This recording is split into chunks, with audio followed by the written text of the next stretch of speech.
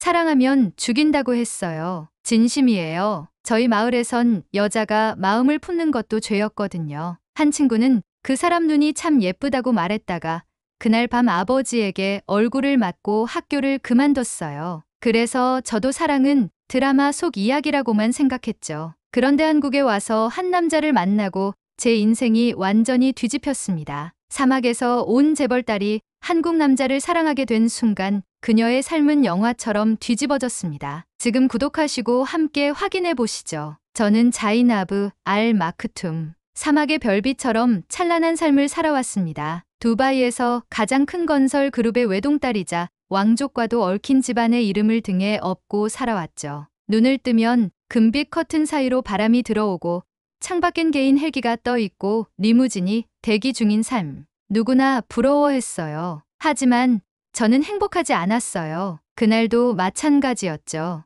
아버지가 정해준 약혼자와 저녁 식사를 해야 했던 날. 전통 의상 속에 숨이 막힐 듯한 갑갑함. 정해진 미소와 말투. 그리고 내 앞에 앉은 그의 차가운 눈빛. 그 순간 저 멀리 호텔 라운지 TV에서 우연히 보게 된 한국 드라마 한 편. 도민준이라는 남자가 눈빛 하나로 세상을 바꾸는 모습을 보고 있자니 제 안에서 뭔가가 쿵 하고 무너져 내렸습니다. 그게 제 인생이 다시 시작이었는지도 몰라요. 아니요.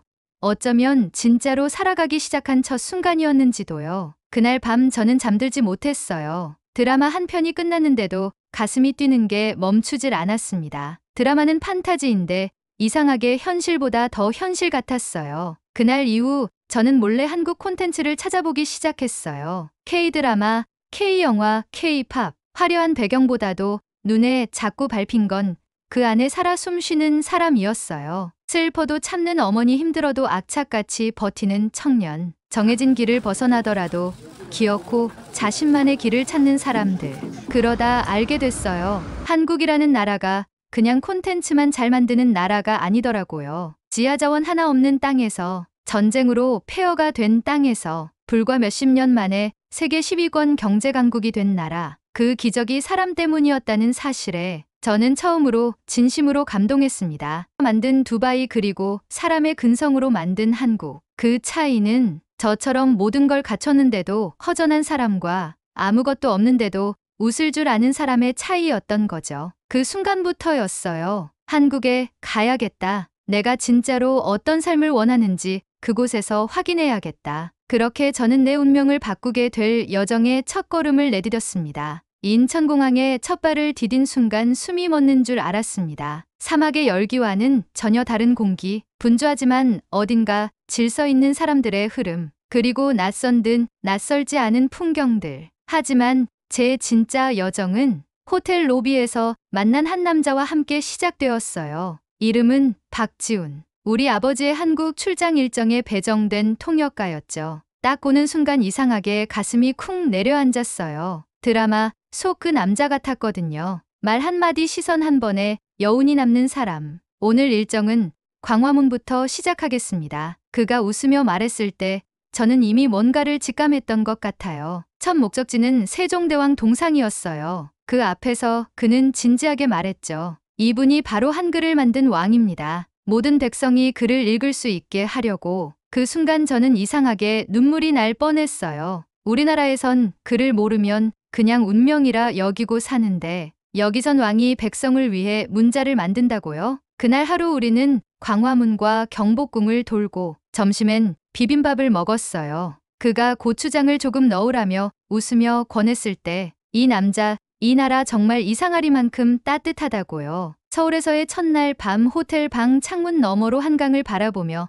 저는 생각했어요. 두바이의 야경은 찬란했지만 이곳은 어딘가 다르다고요. 사람 냄새가 났거든요. 다음 날도 지훈 씨가 안내를 맡았고 그는 전통시장에서 저를 안내하며 이렇게 말했어요. 이건 호떡이고 이건 순대예요. 향은 강하지만 먹어보면 꽤 괜찮습니다. 저는 웃으며 따라다녔고 낯선 간판들 속에서 어느 순간부터 이 도시가 무섭지 않다는 걸 느꼈어요. 저녁엔 노을진 북촌 한옥마을을 걸었어요. 기와지붕 아래 오래된 마당들 문틈마다 새어나오는 음식 냄새, 그리고 조용히 걷는 지훈 씨의 옆모습. 그가 말했죠. 여기선 시간도 천천히 흐릅니다. 제 마음 한켠이 서서히 무너지고 있었어요. 사막에서 자란 저는 알지 못했던 천천히라는 감정. 그 밤 꿈을 꿨어요. 한복을 입고 누군가의 집 마루에 앉아 따뜻한 국을 먹는 꿈이었어요. 이상하게도 따뜻했어요. 그는 자신이 태어난 이 나라를 정말 사랑하는 사람이었어요. 명동의 골목을 걸을 때 이 가게는 3대째 칼국수를 해요. 전쟁 직후에 시작했대요. 라고 설명하는 그의 눈빛은 자랑으로 반짝였어요. 제가 묻지 않아도 그는 한국의 역사를 하나하나 들려줬어요.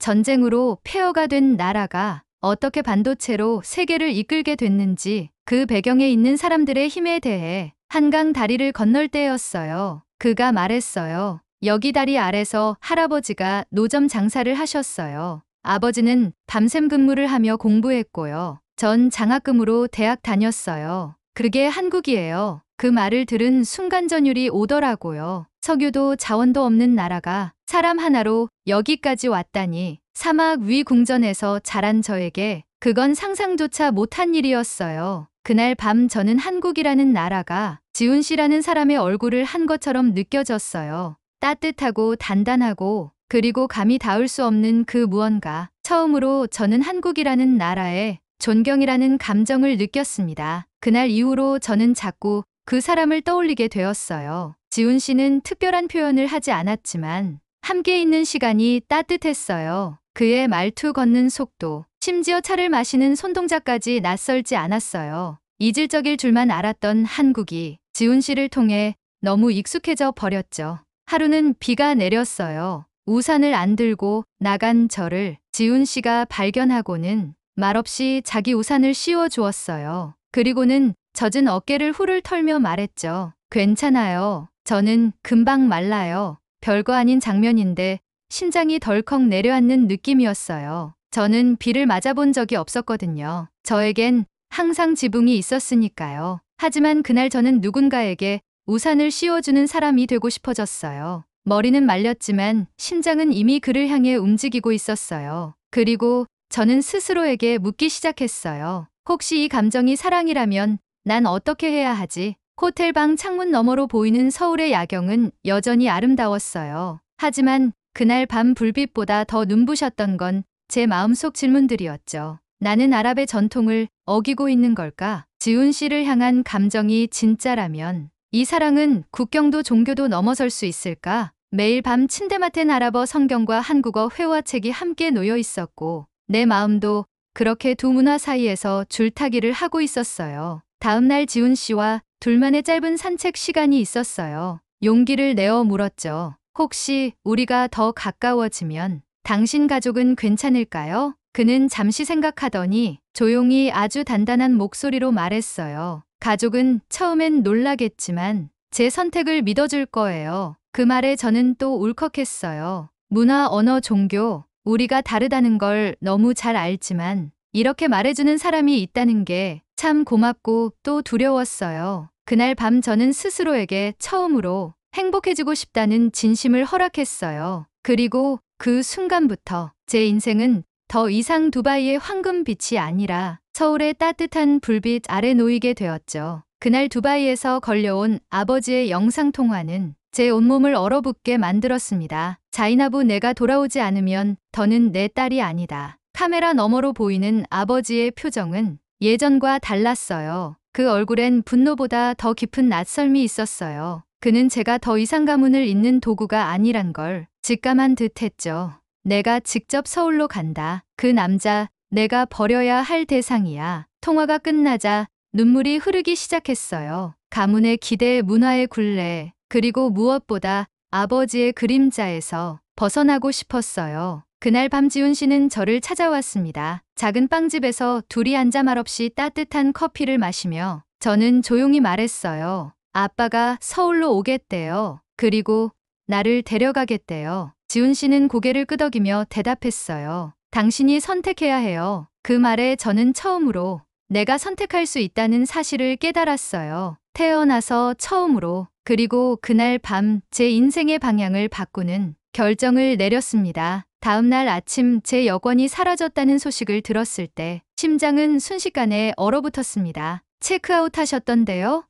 프런트 직원의 말이 끝나자마자 직감적으로 알 수 있었어요. 아버지의 사람들이 움직였다는 걸. 그날 저녁 지훈 씨는 친구와 함께 어둠 속 골목길에서 저를 데려갔습니다. 목에 후드티를 눌러쓰고 택시를 타고 도착한 곳은 서울 북촌의 오래된 한옥 게스트하우스. 일단 여기 숨어 있어요. 다른 방법은 생각해 볼게요. 그곳은 작지만 따뜻한 곳이었어요. 창호 사이로 스며드는 바람 소리, 방바닥을 데우는 온돌의 온기, 그리고 지훈 씨의 숨죽인 말투까지 모든 게 마치 영화 같았죠. 며칠 뒤 아버지 쪽 사람으로 보이는 정장 차림의 남자가 한옥 앞을 맴돌았습니다. CCTV도 없는 좁은 골목길. 그는 사진을 들고 지나가는 사람들을 하나하나 확인하고 있었어요. 그때 지훈 씨는 조용히 제 손을 잡고 말했습니다. 당신이 여권 없이 이 나라에 머무를 수 있는 가장 안전한 방법을 찾았어요. 결혼이에요. 숨이 막히는 순간이었어요. 도피가 아닌 운명으로 느껴졌습니다. 그날 밤 우리는 종이와 펜을 꺼내 비상구 작전이라 이름 붙인 작은 계획을 세우기 시작했습니다. 그날 밤 서울 북촌의 조용한 한옥 마루 위, 하늘엔 별이 총총했고 지훈 씨는 촛불 하나를 켜고 말없이 무릎을 꿇었습니다. 자이나 당신이 어디 출신이든 어떤 신념을 가졌든 당신이 나와 함께 해주길 바랍니다. 반짝이는 반지와 그보다 더 빛나는 눈빛은 어떤 다이아몬드보다 진심이었죠. 당신을 만난 건 행운이에요. 나와 함께 해줄래요? 저는 한참 말이 없었어요. 눈물이 천천히 흘렀고 고개를 끄덕였습니다. 그래요. 나 이 선택을 후회하지 않도록 살아볼게요. 다음 날 우리는 법무사를 찾아갔고 임시 체류 허가와 혼인 신고를 진행했습니다. 모든 절차는 빠르게 진행됐고 가짜도 쇼도 아니었어요. 서로를 위해 싸우기로 한 두 사람의 작고 단단한 결심이었죠. 지훈 씨의 부모님께도 정식으로 인사를 드렸습니다. 그들은 당황했지만 제가 준비한 따뜻한 손편지와 정갈한 절에 천천히 마음의 문을 열기 시작하셨어요. 환영한다. 우리 며느리, 우리 아가. 지훈 씨 어머니의 말에 저는 처음으로 딸이 된 기분이 들었어요. 그날 밤 저는 고운 한복을 꺼내 입고 거울 앞에 섰습니다. 두바이에서 숨겨두었던 한국에 대한 꿈이 이제는 현실이 되었단 사실이 아직도 믿기지 않았죠. 결혼식은 한옥 마당에서 조용히 치러졌습니다. 저만 덩그러니 남아있었죠. 말 그대로 내가 선택한 길이었기에 우리가 감당해야 할 현실이기도 했어요. 그날 제 손에는 꽃다발 대신 제가 직접 만든 K 한복 미니 노트가 들려 있었고 지훈 씨는 대여한 정갈한 도포 차림으로 저를 맞았습니다. 사회자도 없었고 축가도 없었지만 우린 서로의 눈을 바라보며 서약을 했죠. 나는 당신의 언어를 배우고 당신의 음식을 이해하고 당신의 믿음을 존중하며 살겠습니다. 그 말은 너무 단순했지만 그 안엔 우리가 겪어낸 수많은 갈등과 서로에 대한 깊은 존중이 담겨 있었습니다. 주례 없이 치러진 그 결혼식에서 우리의 증인은 하늘과 바람 그리고 그날 바닥에 떨어진 은행잎들이었어요. 지훈 씨의 할머니만은 끝까지 제 손을 꼭 잡고 계셨습니다. 내가 우리 며느리라니 참 신기하고 참 고맙다. 그 한마디에 저는 고개를 떨구며 눈물을 참을 수 없었어요. 온 세상이 등을 돌린 날, 그 노인의 손길 하나가 저에겐 세상의 축복처럼 느껴졌습니다. 그리고 그날 밤, 지훈 씨는 제게 또 하나의 약속을 건넸습니다. 우리의 이야기를 언젠가 사람들에게 들려주자. 국경도 언어도 신념도 넘을 수 있다는 걸. 그날 우리는 단지 결혼한 게 아니라 함께 살아갈 용기를 선택한 것이었습니다. 결혼식 이후에도 쉽지 않았습니다. 우리는 혼인 신고조차 간단히 할 수 없었습니다. 서류 하나하나가 달랐고 관점과 관습도 달랐죠. 주민등록, 종교 기재, 이름 표기 방식까지 모든 게 서로를 설명해야 하는 싸움 같았어요. 그보다 더 힘들었던 건 지훈 씨의 일부 친척들의 차가운 시선이었습니다. 한국말도 서툰 외국인이 집안에 들어와서 이슬람이면 명절 때 제사도 못 지내겠네. 그 말들은 날카롭고 조용히 저를 베었습니다. 하지만 지훈 씨는 물러서지 않았습니다. 한 사람 한 사람 찾아가 우리가 왜 함께 살아가려 하는지, 내가 어떤 마음으로 한국에 왔는지를 설명했죠. 그는 설득이 아니라 이해를 구했습니다. 마치 전통 혼례 때 절을 올리듯 그는 사람들 앞에 고개 숙였고 그 진심이 결국 마음을 움직이기 시작했어요. 저도 노력했습니다. 김장을 함께 담갔고 차례상도 도왔습니다. 비록 제 손은 서툴렀지만 진심은 통했습니다. 우리는 어느새 집안의 희한한 커플에서 재미있는 커플로 바뀌어 가고 있었어요. 사람들이 궁금해하기 시작했습니다. 너네는 싸우면 뭐라 싸워? 한국말로?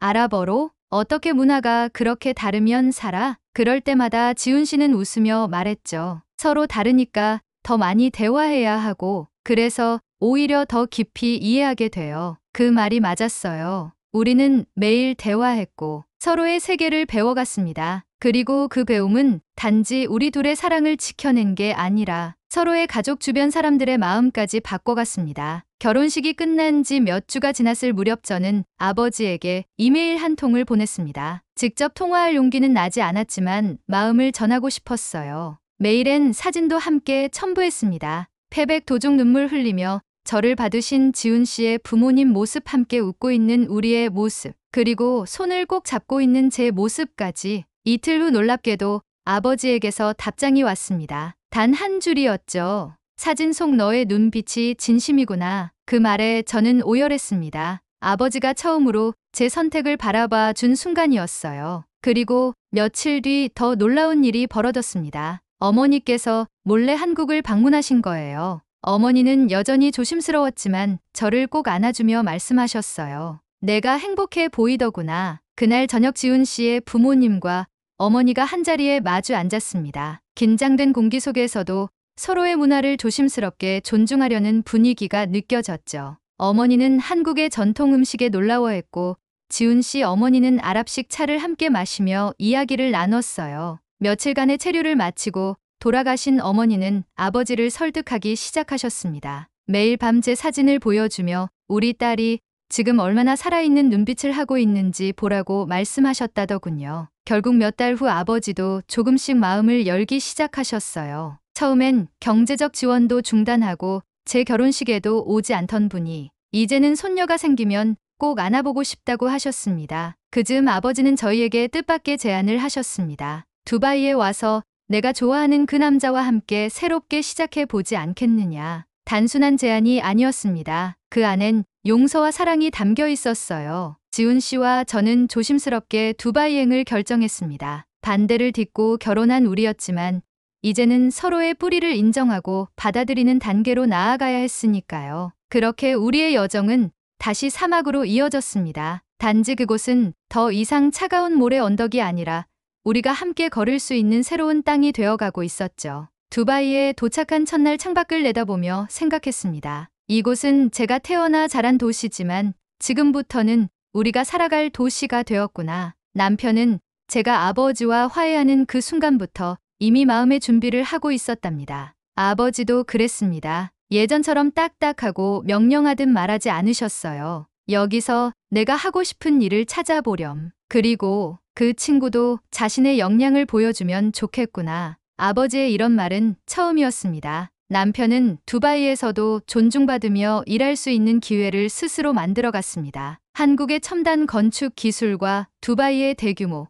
프로젝트를 연결할 수 있는 브리핑을 직접 준비해 아버지에게 제안했지요. 저는 그 과정을 옆에서 지켜보며 새삼 놀랐어요. 언어도 문화도 다른 이곳에서 남편은 성실함과 정중함으로 조금씩 두바이 사람들의 신뢰를 얻기 시작했습니다. 특히 저희 어머니는 남편에게 직접 요리를 가르쳐 주겠다며 주방에 함께 서기도 하셨지요. 시간이 지나면서 저희의 작은 아파트엔 한국식 미니 밥상이 놓이기 시작했습니다. 따뜻한 국물과 반찬이 있는 그 밥상은 두바이의 뜨거운 햇살 아래에서도 마음을 편안하게 만들어 주었습니다. 어느 날 아버지는 말없이 남편 앞에 앉아 밥을 드시더니 조용히 말씀하셨어요. 이제 알겠구나. 왜 내가 그토록 한국을 사랑하게 되었는지, 그리고 왜 그 사람을 선택했는지도. 그 말 한마디에 저는 그동안의 모든 갈등이 눈 녹듯 사라지는 기분이었습니다. 우리의 선택은 결국 가족을 변화시켰고 문화의 장벽도 뛰어넘을 수 있다는 걸 증명해냈습니다. 결혼한 지 3년째 되던 봄 우리는 두바이 외곽의 작은 집을 장만했습니다.